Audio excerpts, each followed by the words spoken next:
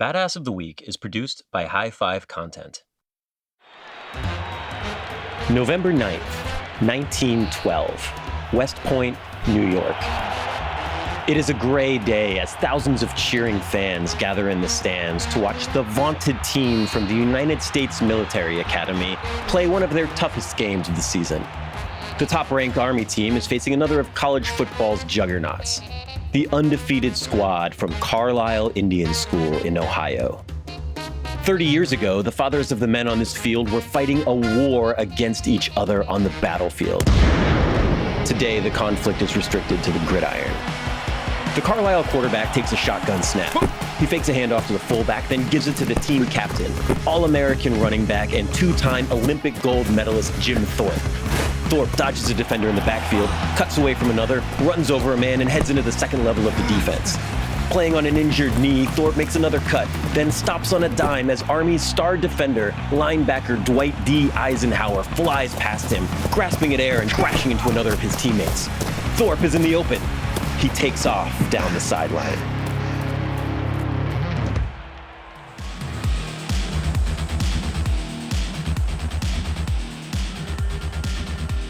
Hello, and welcome back to Badass of the Week. My name is Ben Thompson, and I am here with producer Andrew Jacobs. Andrew, welcome back. Thanks for coming back on the show.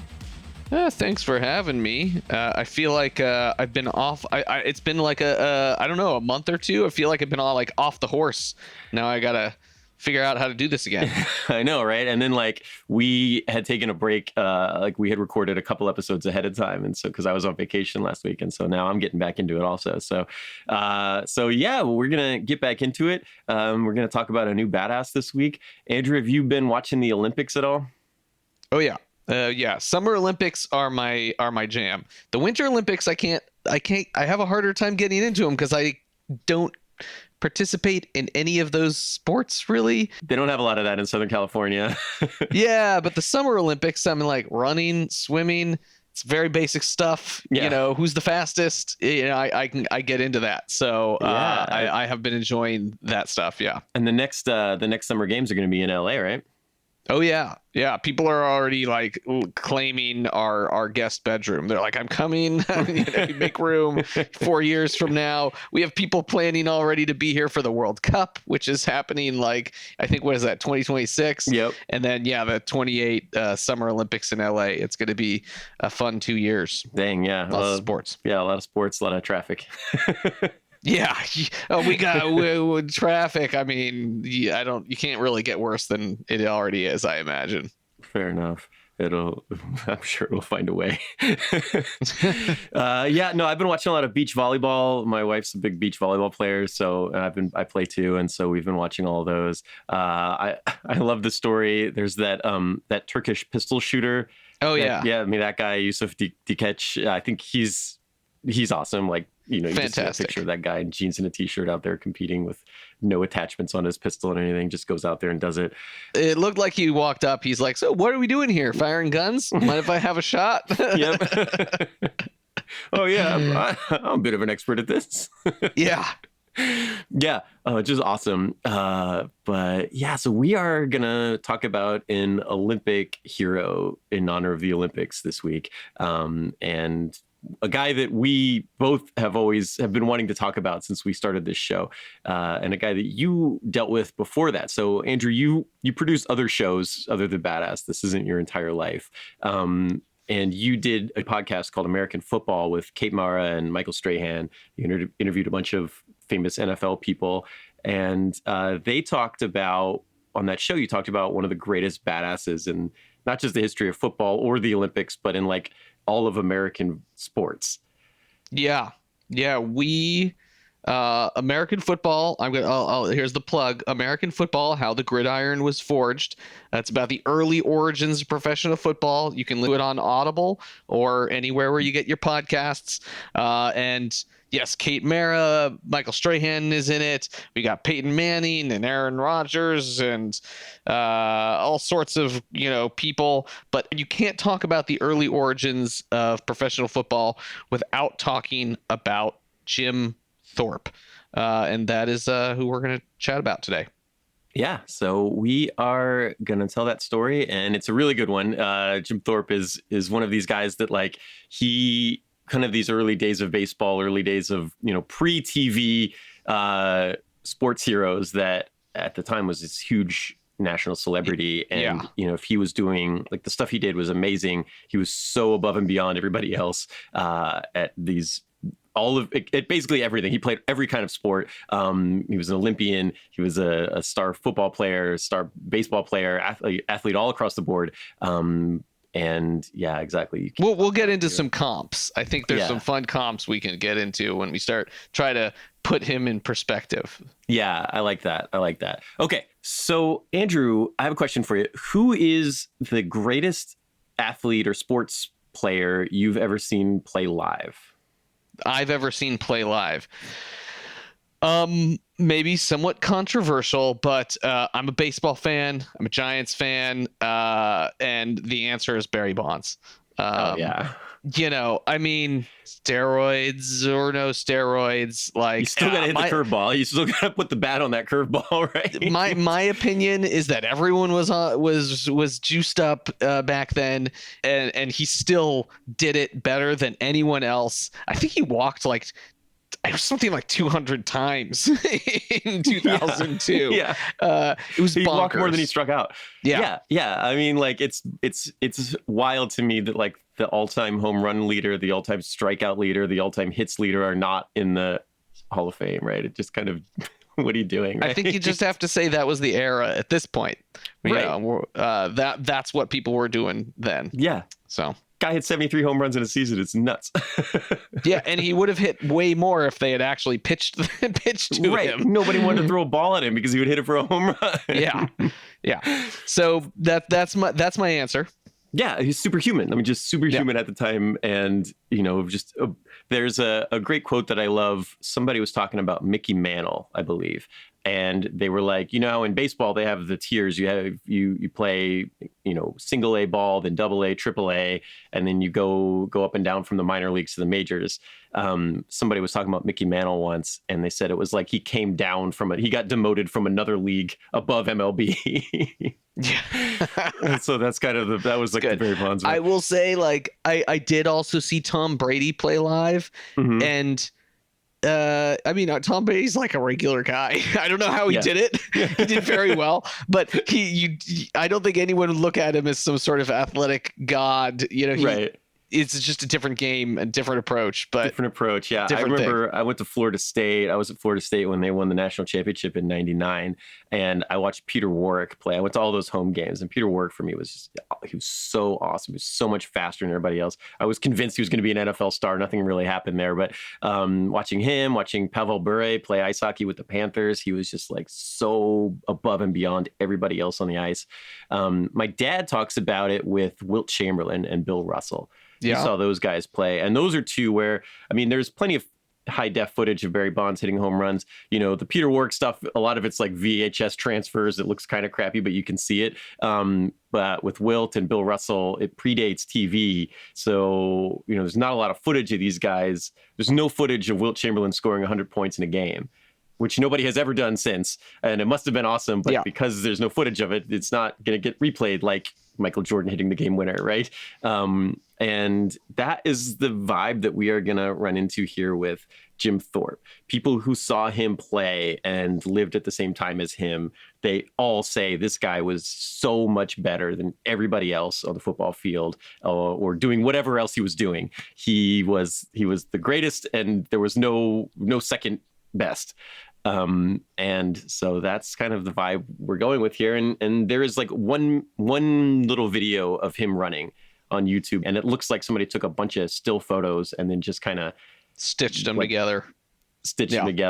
But he just runs over like 12 guys and runs them for a touchdown. It's pretty cool. Okay, so stick with us. We're going to take a really quick break, and when we come back, we're going to talk about Jim Thorpe.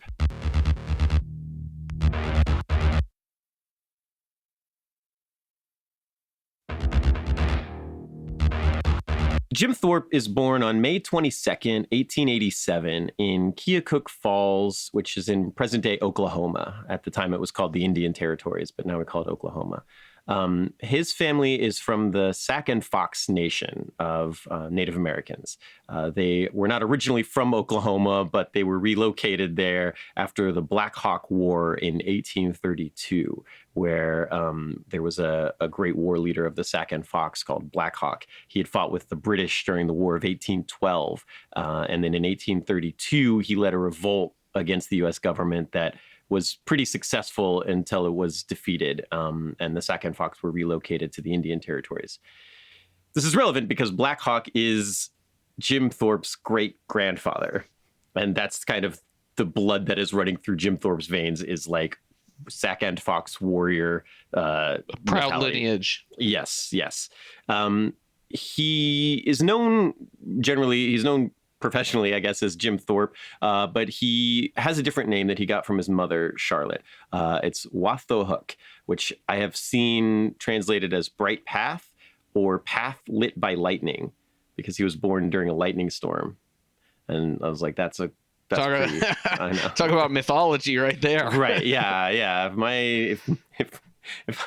If I could go by path lit by lightning, I would go by that all the time. I would want that on the back of my jersey. You just want to be born during a lightning storm. You know you're destined for like great things when that happens. I feel like that happens a bunch on on this show. There's a lot of like famous badasses who were born during like thunderstorms. The question is like, is there something to that, or perhaps it's the storytelling of it?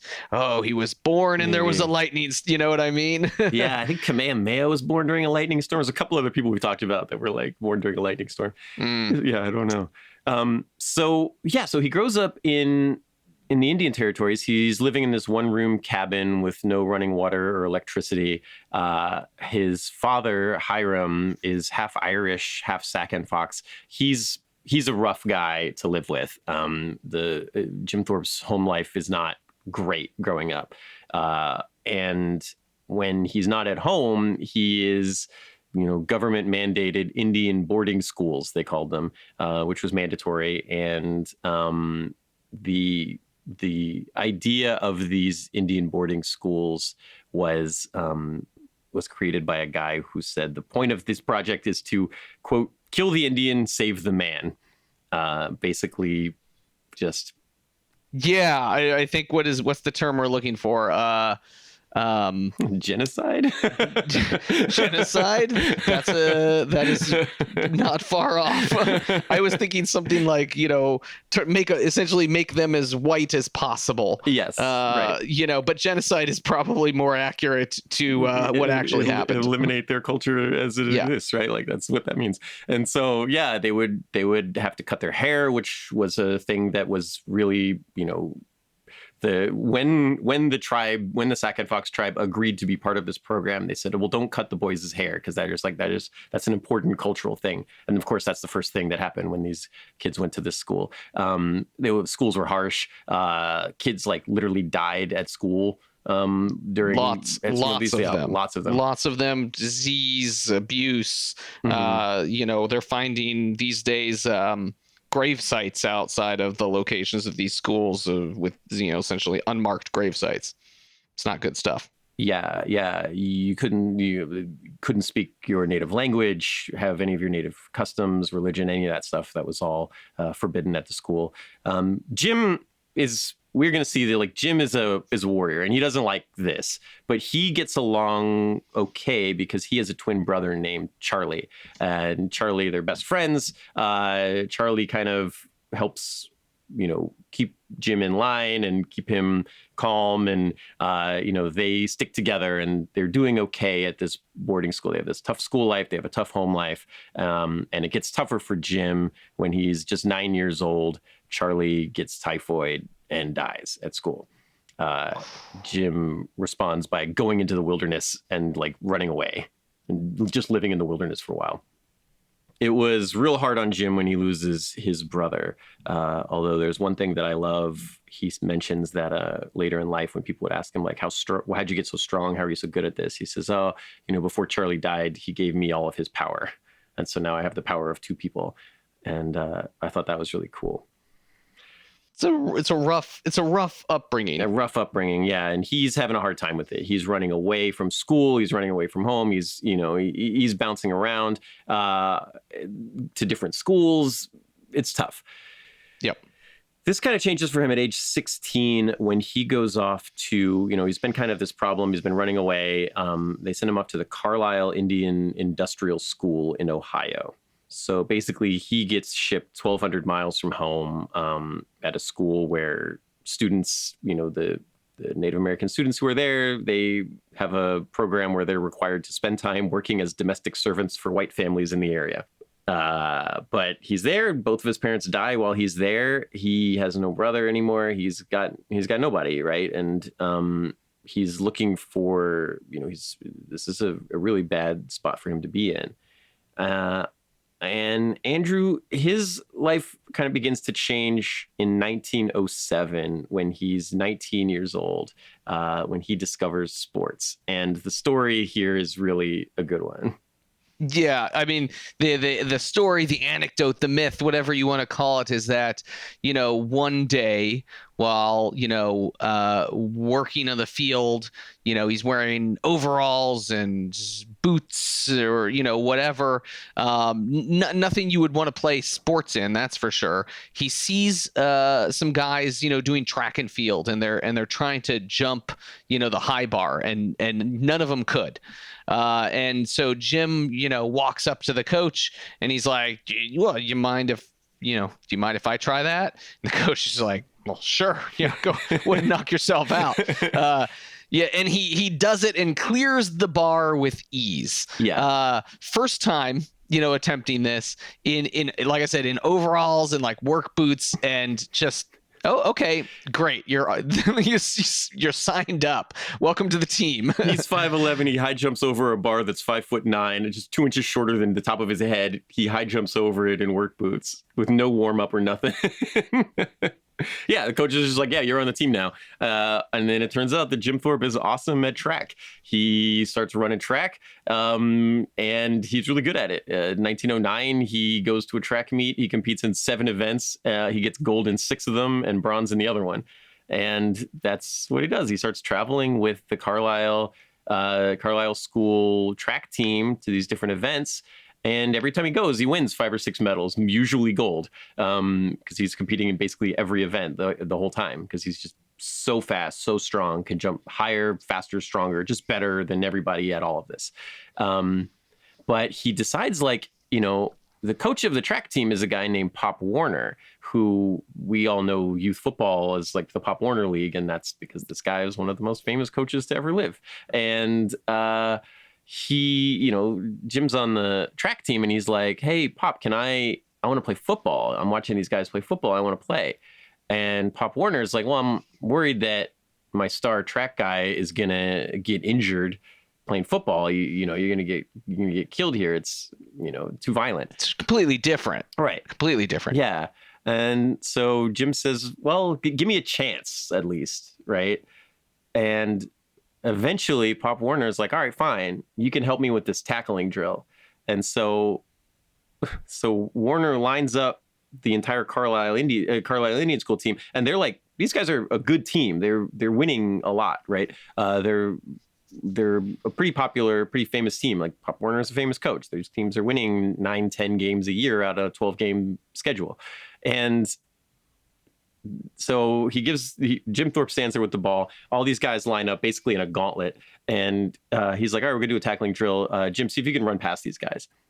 And so then Jim just runs past the entire team. They can't tackle him. He shoves everybody down. He pushes them, stiff arms them, hurdles them, just runs around them. And nobody can tackle him. And like water through a sieve. Yes. Yeah. Yeah. And so then Pop Warner gets mad at his team and he starts yelling at him. He's like, just put this guy down. What are you doing? Like, you're embarrassing yourselves. And he's like, all right, Jim, do it again. And Jim Thorpe takes the ball and he runs right past them all over again, knocks them all down, or they're all laying on the ground. He isn't standing in the end zone. And then he goes back and he calmly hands the ball back to Pop Warner. And he's like, nobody's going to tackle Jim. Okay, he's on the football team now. And yeah, it turns out Jim Thorpe is awesome at football as well as track. He's 5'11", 185, which is big for 1909. It's big enough to play football in 1909. Let me just talk about what football was like in 1909 also. Yeah. Because these are the days of leather helmets, old style cleats, mud fields, which were, if there was grass, maybe you're lucky, flannel jerseys, no pads. No, yeah. And they played hard, and they hit hard, to the point where it's worth noting that college football was making headlines for being so dangerous that players were dying too often, on the field or after games from injuries sustained, during games. Right. And I don't know if we talked about this, because we did do a Teddy Roosevelt episode, but there was a point when people had come together they wanted to stop college football. It was too violent, and too many players were getting injured and dying.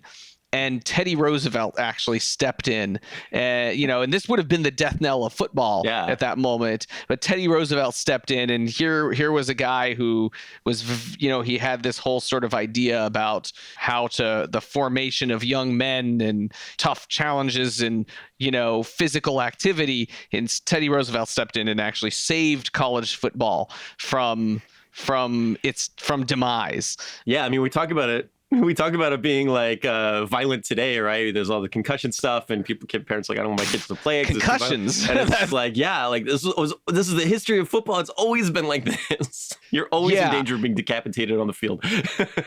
We're talking broken bones, regularly torn muscles and blood and teeth, and just brutal stuff out there, because they would also injure. They're in the pile working hard to further injure each other. Yeah, they're trying to get the opposing players out of the game. It was rough stuff. Yeah. And these guys play both directions. So Jim Thorpe is playing. He's a defensive back and he's a running back. But he also punted. They said he could punt the ball 70 yards in the air. He kicked field goals. And he's just dominant, right? He plays for this Carlisle school, and they wear these dark red jerseys. They're from Ohio. They're super physical, and he's just dominant on this team. There's one season that they're playing. They lost maybe one game all season, and they go up at one point against Harvard, which is not a football powerhouse anymore, but at the time was the number one ranked team in the country. They'd won a bunch of national championships, stuff like that. And Jim runs for 173 yards against them and kicks 4 field goals while his ankle is swollen up like a baseball. And just worth noting that this is really before the invention of the forward pass. Yeah. So no one was receiving 100 yards. It was all running. Yeah. But he's an All-American, and he's becoming a kind of a household name for being this, one of the greatest players in college football. And then when football season's over in the summers, he's going and playing amateur baseball. He's getting, $2 a game to play outfield. He's a pretty good hitter. He's got some good speed. He's traveling around playing baseball games also. Let me interject, because this will come into play later. He was getting paid to play baseball, like almost all other college, athletes at the time were taking summers off and playing baseball. I think I read somewhere that he played on the same team with General Patton. Yeah, I heard that too, or something. But like everyone was doing it, including most of the other players from the Carlisle Indian School were out there getting paid to play baseball. Yeah, this will only matter later on. We'll get there. Yeah, because they used to call it the Pocahontas League because every player's name was John Smith, because none of the players people didn't want to play under their real name for reasons we'll get into. But Jim Thorpe just used his real name because he's Jim Thorpe, and what are you going to do about it? So let's talk a little bit more about his college football. The biggest kind of game of his career was when the Carlisle Indian School had to play Army in 1912. It's Jim Thorpe's last year. I think it's his senior year in college, or his last year of eligibility. And Army at this time is one of the toughest teams in the country. It's the Ivies and Army and Notre Dame. That's like the football powerhouses at this time.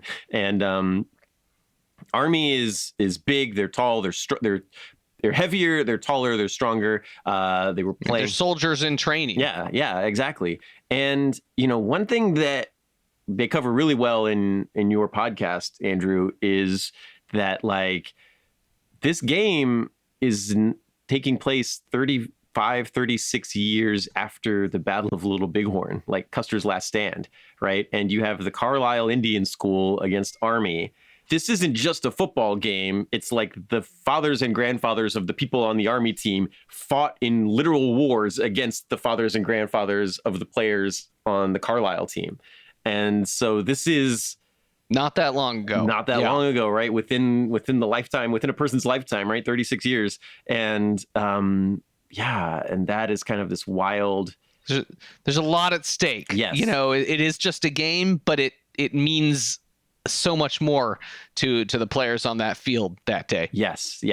And the newspapers made a big deal of it. You can imagine what the headlines would be. But it's but it's the Army against Carlisle, and on the Army team they have future World War II overall Allied commander Dwight D. Eisenhower is on that team. He's playing Ike's playing defensive line for that team. Omar Bradley is on that team. Like the Bradley fighting vehicle is named after him. He was a general under Patton and then later over Patton. These guys are on this team, and Jim Thorpe is going to play against them. And early in the game, the Army plan was to knock Thorpe out of the game. It's what you were saying, like. Well, so I think that very much like it reminds me of like Cobra Kai. The coach of the Army team, he had was reported to have said not about Jim Thorpe specifically, but to his team in general, was that he's like, I want blood. Yeah, was his rallying cry.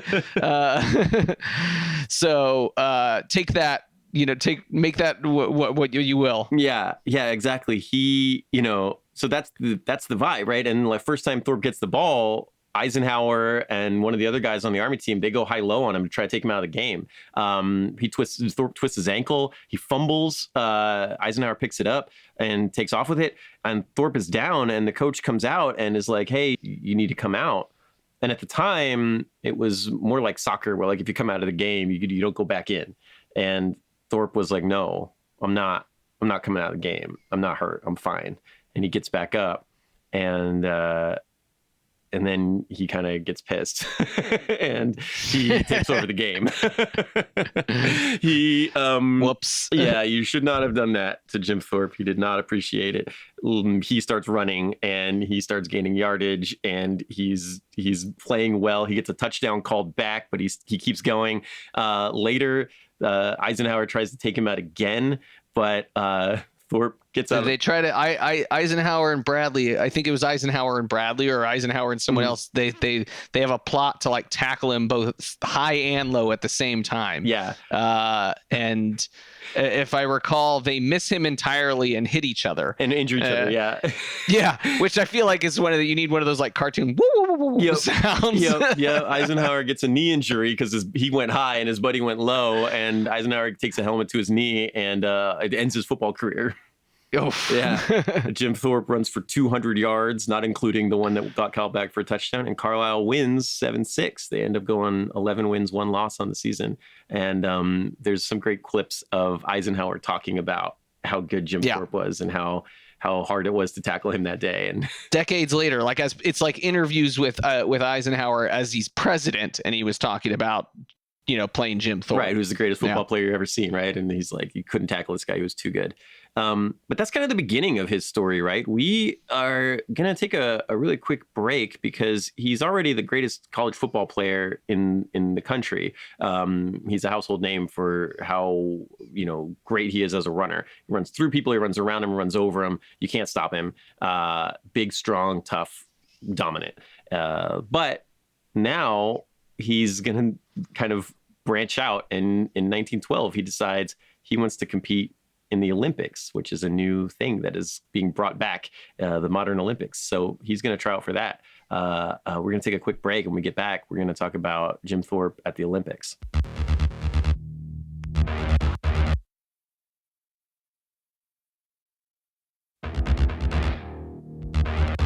So in May of 1912, Jim Thorpe decides he's going to go to the Olympic trials in New York City. A few years earlier, they had brought back the Olympics, and Thorpe wants to compete in the Stockholm Games in 1912.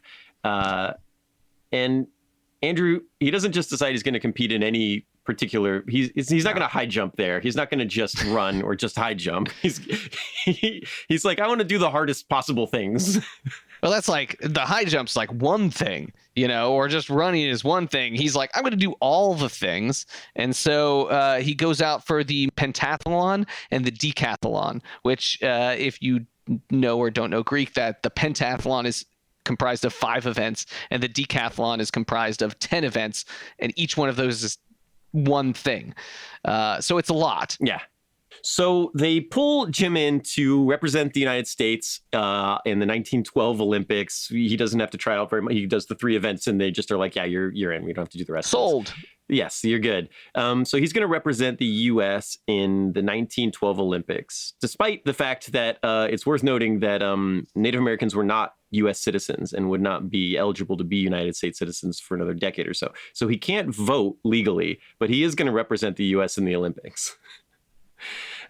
So in July 1912, he goes to the Summer Games in Stockholm, Sweden. I want to do a quick shout out to Duke Kahanamoku of Hawaii was at these Olympics. We're going to talk about him in the future. George Patton was at these Olympics. He's competing in the modern pentathlon, which is like horseback riding and fencing and shooting. But Jim Thorpe is going to compete in the classic pentathlon. And that is going to be a 200-meter sprint, a 1,500-meter distance run, the long jump, the javelin, and the discus throw. Okay, he's going to do that. That's one event. The second event is the decathlon, which is also multi-stage. It's got 10 events: the 100-meter sprint, the 400-meter run, the 1,500-meter run, the 110-meter hurdles, long jump, high jump, pole vault, shot put, discus, and javelin. Everything. The whole track and field. Yes, the entire track and field. He's got to do all of them. He has never competed in a pentathlon or decathlon in his life, and he has never done some of these events like javelin. He has never thrown a javelin before. But it turns out that Jim... Yeah, you watching some other guys do it, you get the hang of it. Well, that's what they say about him. They were like, you could show him something once and he could do it, right? He could watch somebody do a thing once and he could just pick it up and do it better than them. And yeah, it turns out Jim Thorpe's awesome at the Olympics. He wins outright 4 of the 5 individual pentathlon events, which... the only one he didn't win outright was javelin, but he placed in it. He got bronze. Jeez. So obviously he'd won that easy. He gets the gold medal in the pentathlon. And then in the decathlon, he's competing against 29 other athletes from, all around the world. Hundreds of people have tried out for this. There's 29 people representing various countries. He's not the favorite. People think that the Swedes are going to probably do really well at this. They're on their home turf and all that. Of the 29, only 12 people finished the entire decathlon. And Jim Thorpe won it by 700 points. And I don't know how they scored decathlon, but I imagine by any metric, 700 points seems like a lot. I think that sounds not bad. Yeah, so he wins both events, 2 gold medals. This was back when the medals were actual solid gold, which they're not anymore. This was the last year they had solid gold medals. But he personally receives it from King Gustav of Sweden, who puts the medals around his neck on the podium. And King Gustav famously says, "You are the most wonderful athlete in the world."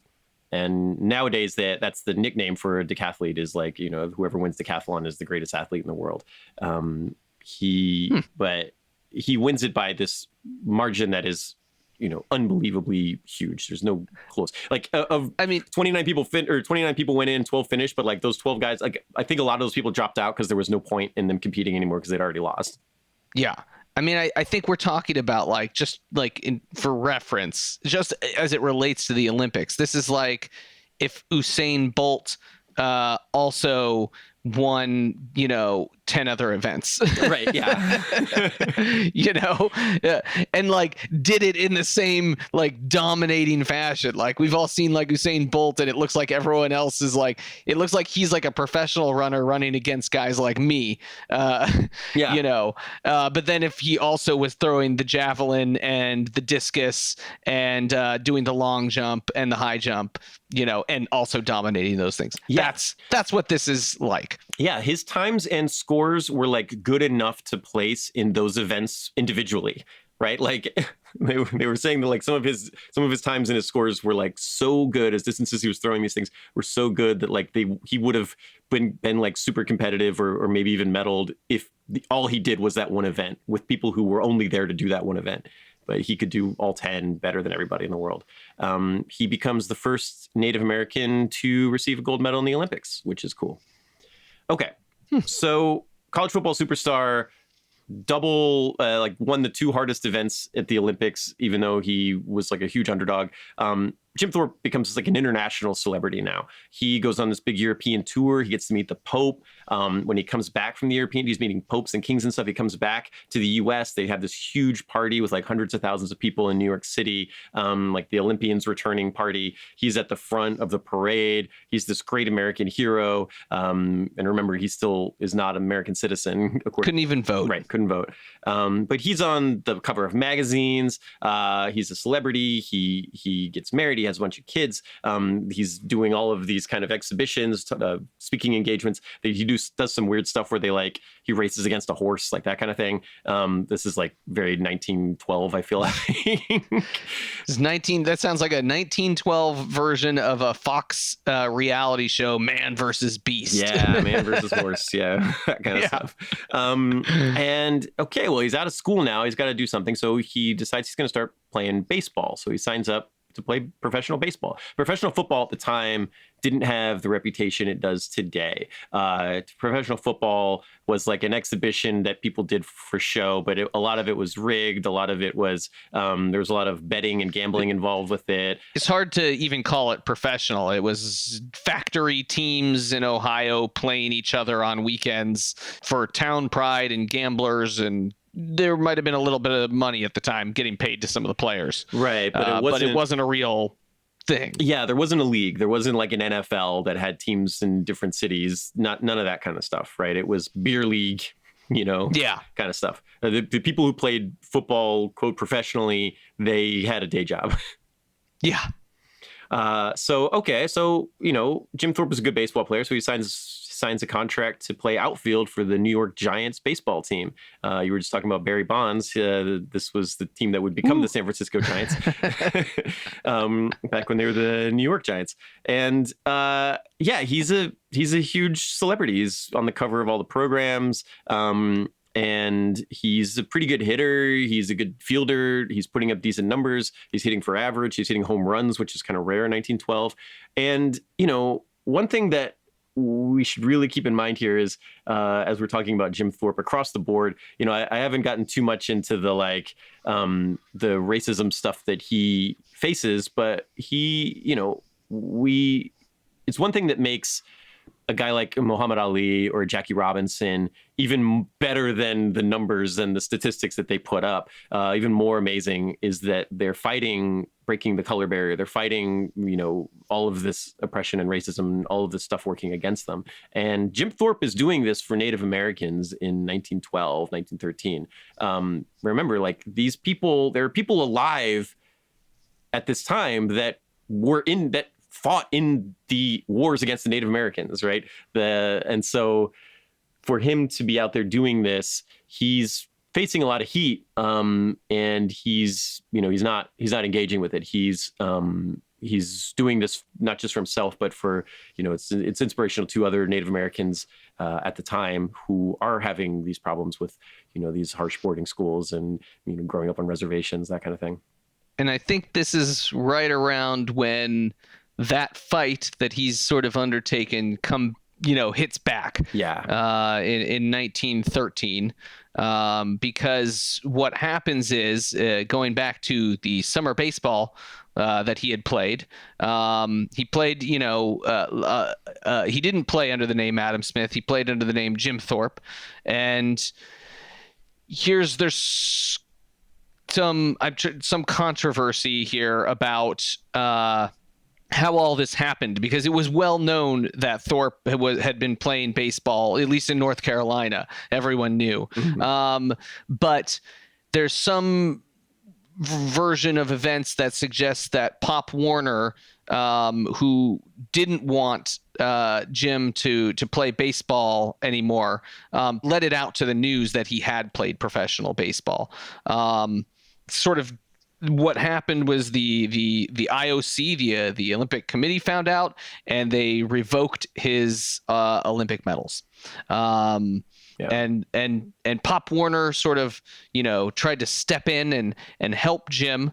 And he did so by writing a letter that basically said, "I'm just a poor Indian who didn't know any better." Yeah. And in the letter it says, "Oh, but Pop didn't have anything to do with it either. Also, it was all my fault. I just didn't know any better. I never mentioned it to the school." Yeah, Pop didn't know anything, and the Indian school, Carlisle Indian School, didn't know anything about it, even though all of them did and were okay with it. And by the way, they were also paying Jim and other players to play for the Carlisle Indian School. So they basically let Jim take the fall for something that everyone was doing. Pop Warner didn't sabotage him explicitly as much as just let the blame fall on him. Yeah, but somebody sabotaged him. I really do think somebody sabotaged him. Yeah. For making $2 a game to play baseball in the summer. Yeah. Because he did that just to avoid having to get like that's just rough, right? And, in interviews and stuff, there are a lot of people who are like, if Jim Thorpe was white, this would never have happened, right? He would have gotten that stuff taken away. So he's got this thing. They take his Olympic medals away, and this is not. He's pissed, right? This is really affecting him, and his baseball suffers for it. He goes on a big slump. He gets sent down to the minor leagues, and he's not quite sure what to do. So he says, "Okay, you know what? Maybe I'll go to pro football. I'll just change sports, and I'll keep playing minor league baseball. But I'm going to see about this pro football thing also. I might try to do both." He joins professional football playing for a team called the Canton Bulldogs. He joins the league at age 33. And remember, this guy was awesome. He was the greatest, college football player in the world at the time that he was playing. And he starts playing for the Canton Bulldogs, and the Canton Bulldogs immediately start winning championships. They get a lot better. We don't have a lot of stats on, because like you said, this was just kind of like, little town teams playing each other, but people start coming to see these games. There's a story that when Jim Thorpe entered professional football, the average crowd size was like 1,000 people, and by the time he left, it was like 13,000 people, because people would come to watch him play because he was so amazing. He would just run over everybody. I think they went from like playing, like in a factory lot on Sundays to like the games being broadcast over radio. Yeah. Because the sort of national interest. Yeah. Yeah. And so, it's the thing we talked about before, where he was the greatest player anybody had seen. There's no footage of him. There's no real, there's barely even any radio talking about him, but people who saw him wrote about it, and they were like, this guy was on another level. He was amazing to watch. And remember, he's like in his mid-30s, like he's a running back. 33 is old for a running back in the NFL. And he wins Canton becomes the champion of professional football in 1916, 17, and 19. So he wins 3, national championships for professional football as the star player on this team, continues to play minor league baseball on the side, and is also part of this traveling basketball team called the World Famous Indians, where he plays basketball and does basketball exhibitions for money. He also travels to Boston and wins a competition in ballroom dancing. He's like kind of like a Bruce Lee vibe here, ballroom dancer also. Yep. He was apparently amazing at pool, and everybody was trying to tell him that he should like go try to start playing pool professionally for money, but he never wanted to. Anyway, he's and they also, by the way, appoint him to be the first. And around that time, while he's still playing in the league, they appoint him to be the first commissioner of what that professional football league, which goes on to become the NFL. Yeah, the NFL lists him as the first commissioner of the NFL as Jim Thorpe, and he did it while he was still playing 3 sports. Like, it was amazing when Bo Jackson and Deion Sanders did it, but like he's playing both of these sports professionally, and they're like very violent. This is back when even baseball was way more violent than it is today. And, he ends up playing for 9 football teams, 4 baseball teams, a basketball team. He turns down an offer to play pro ice hockey. And then when he's done with his playing career, he coaches 5 pro football teams and is the commissioner of the league for a while. He gets into acting. His IMDb says he was in like 70 something films between 1931 and 1950. They're usually Westerns where he's playing some kind of like native chief, or they're football ones where he plays himself. But, I'd never seen any of them, but there is a movie made about him in 1951 where Burt Lancaster plays him. It's called Jim Thorpe, All-American. I watched a clip from it, but I've never seen it. And then that's it. He dies at age 65 of heart failure. He was drinking a lot in his later years, and his health started to kind of give out on him. But yeah, we don't have any statistics on him. That's the hardest bit of like, there's not a lot of footage of Jim Brown playing, but we can always look at like he ran for 5.5 yards per carry. Yeah. Nobody has ever come close to that. It's all just sort of eyewitness, testimony in terms of I saw him do this incredible thing. But yeah, there's no like ran for 5,000 yards and right. He doesn't have any records or anything like that because no idea. But very few, not even a lot of photos. Right. But the thing to keep in mind here is that like, college football was popular and he was the most popular player while he was in it. Then he goes to the Olympics, wins 2 gold medals for the United States, comes back, plays pro baseball. And when that doesn't work out, he basically puts the NFL on the map. Pro football, when he joins it, is a bunch of miners playing against a bunch of farmers on the weekend. And by the time he's done with it, people have come out to watch him play. They start picking up other players. They start understanding the rules of the game. And by the time he's retired and he's commissioning the NFL, it has become a thing that people want to pay to watch, right? It didn't come close to baseball at the time, and now it's the most profitable sport in the United States. And so a lot of that is because Jim Thorpe was so good at it that he put the sport on the map. And then to just be so good at so many things. He could high jump, he could throw javelin, he could, he could outrun anybody, he could run over you or faster than you. It's we talked about, it's previously it's like as if Usain Bolt, did all these events. This is actually more like if you combined Usain Bolt and Tom Brady and Willie Mays and I don't know who a fantastic ballroom dancer is and and Paul Newman's character from was it the Color of Money? Mm-hmm. Yeah, it's wild, right? Like he just so good at everything and doing it with like all of the odds stacked against him, right? He did not come from a position where he had to make every opportunity he got. And that was, something that he did. It just, whether that's walking onto the field in your jeans and overalls and jumping 6 feet in the air, and then from there being the kind of guy who gets to travel Europe and shake hands with the Pope. Anyway, he played for the Canton Bulldogs in the NFL, and Canton is the home of the National Football League Hall of Fame. And not only is Jim Thorpe there, not only was he an inaugural member of the NFL Hall of Fame, but when you walk in the front door of that building, there's a giant bronze statue of him running with a football under the rotunda there. That's it. They named a town after him in Pennsylvania. There's Jim Thorpe, Pennsylvania. And the Olympic medals were finally returned to him just 2 years ago. His medals were not returned to him, but his medals were reinstated. Returned to his family. Ago. Yeah, they issued new ones to his family. And I love the reasoning behind this.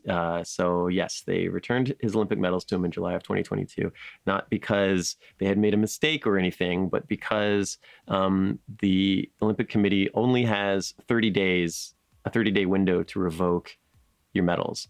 And they revoked his outside of that. So on that technicality, they can't revoke his medals. They have to return them. Well, if only people could see me rolling my eyes. I think they can hopefully feel it from both of us through the radio here. Yeah. But that's Jim Thorpe, the greatest athlete that we don't have any footage of, and maybe the reason why the NFL is important and is so successful today, and a great American Olympian who couldn't vote. Yeah, incredible, just incredible athlete, total badass on the field, on the track. What a life. Yeah. All right. Well, that is our show for today. We hope you like it. Thank you, as always, for listening to us. And please do like and subscribe if you want to hear more of this in the future. We enjoy doing it, and we hope you guys enjoy listening to it. Thanks so much. Stay badass. Badass of the Week is produced by High Five Content. Executive producers are me, Ben Thompson, Dr. Patricia Larish, and Andrew Jacobs. Writing is by me and Pat. Story editing by Ian Jacobs. Mixing and music and sound design by Jude Brewer. Special thanks to Noel Brown at iHeartRadio. Badass of the Week is based on my website, badassoftheweek.com, where you can read all sorts of stories about other badasses. If you want to reach out with questions or ideas, you can email us at badasspodcast@badassoftheweek.com. If you like this podcast, please subscribe, follow, listen, and tell your friends and tell your enemies. And please leave us a rating. We'll be back next week with another one.